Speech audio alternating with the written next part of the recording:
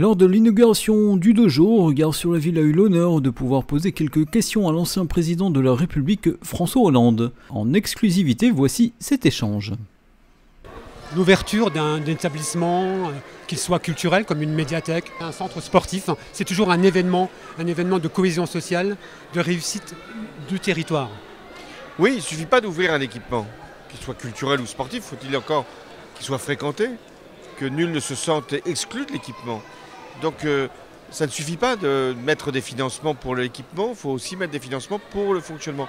Et ça, c'est ça qui pèse sur les finances des collectivités, parce qu'il faut des animateurs, il faut des professionnels qui puissent ouvrir les esprits, quelquefois faire bouger les corps. Donc je salue ce qu'a fait la ville de Talange, parce que ça va être un effort continu maintenant que l'équipement est réalisé. Ce n'est pas forcément le plus cher, l'équipement, c'est la suite. En 2013, votre gouvernement, par l'intermédiaire d'Aurélie Filippetti, a créé un contrat territorial à Talange. C'était le premier sous votre gouvernement. Et donc aujourd'hui, à l'époque, c'était un plan qui démarrait tranquillement. Aujourd'hui, il y a 1000 enfants qui participent autour de ce contrat d'éducation artistique et culturelle. Vous attachez beaucoup d'importance à l'éducation culturelle aussi.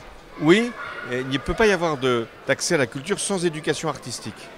Et le gouvernement, à l'époque Aurélie Filippetti, elle avait cette volonté qu'on a essayé de poursuivre, mais ça ne peut se faire qu'avec l'éducation nationale et le ministère de la Culture, de faire que chaque enfant puisse avoir non seulement une pratique, mais une vraie culture artistique. Et c'est pour ça que ça ne peut passer qu'avec le concours des collectivités locales. Là aussi, moi, je salue ce qu'avait fait la ville de Talange et aussi un certain nombre de collectivités d'avoir suivi ce mouvement. Et aujourd'hui, il y a des jeunes qui peuvent devenir non seulement des pratiquants, mais des talents qui vont être reconnus et repérés pour le pays. Nos gamins aussi à Talange comme ailleurs sont très attachés à sauver la planète.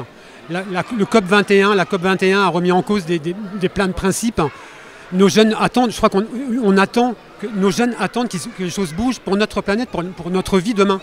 Oui, je pense que si on demande aux jeunes qu'est-ce qu'ils veulent pour saluer un engagement, ils diront toujours c'est la cause de la planète. Parce que même s'ils sont jeunes, même s'ils sont dans une ville dont ils ne sont peut-être jamais sortis, ils ont compris, peut-être mieux que les adultes, que leur avenir dépendait de la planète tout entière.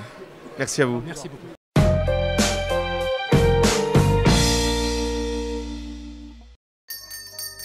Comme tous les ans, le Père Noël a réussi à se libérer de son emploi du temps bien chargé pour rendre une petite visite aux enfants du périscolaire lors du traditionnel repas de Noël.